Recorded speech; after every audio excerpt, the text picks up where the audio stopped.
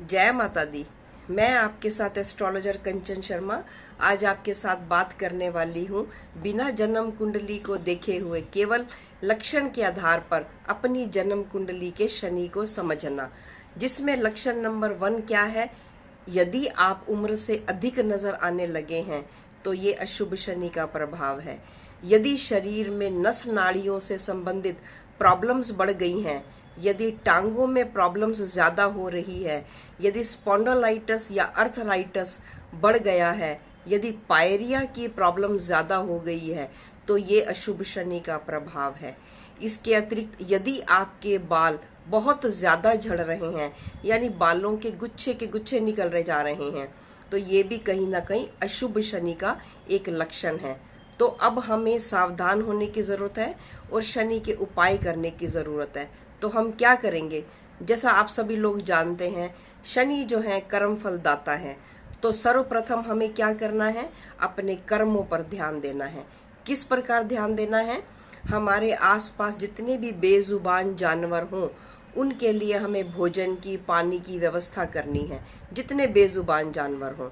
इसके अतिरिक्त शनि जो है जितने भी मजदूर है यानी लेबर है, हार्ड वर्क करने वाले व्यक्ति हैं, उन सब के भी कारक कहे गए हैं।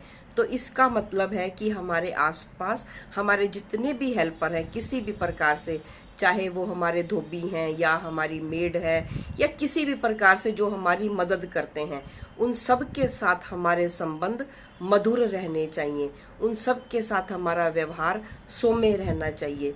तो हमें इस चीज का ध्यान रखना है। इसके अतिरिक्त अगर मैं उपाय की बात करूं तो शनि के लिए सबसे उत्तम उपाय कहा गया है छायादान, जिसमें हम क्या करते हैं, शुक्रवार की रात को किसी भी एक लोहे की कटोरी में तेल डाल दिया, मस्टर्ड ऑयल, और उसमें हमने एक सिक्का डाला, और सैटरडे सुबह जब हम उठते हैं, सूर्य निकलने से पहले आप उसको या तो किसी को दान कर दें या फिर पीपल के पेड़ पर आप उसको छोड़कर आ जाएं। शनि से संबंधित जब भी हम कोई उपाय करते हैं तो ये ध्यान देना है, या सूर्य निकलने से पहले उसका उपाय करें या सूर्य ढलने के बाद हमने उसका उपाय करना है। इसके अतिरिक्त हमें काले और नीले रंग के कपड़ों का त्याग करना होगा।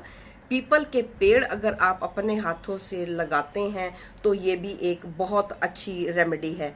तो जब हम इन चीजों का ध्यान रखते हैं तो निश्चित रूप से कर्म फलदाता हमारे कर्मों से खुश होकर हमें हमारे जीवन को एक सुखी जीवन देते हैं, हमें दुखों से उभारते हैं। तो फिर मिलूंगी एक नई वीडियो के साथ, एक नए विषय के साथ। तब तक के लिए मुझे आज्ञा दें। जय शनिदेव।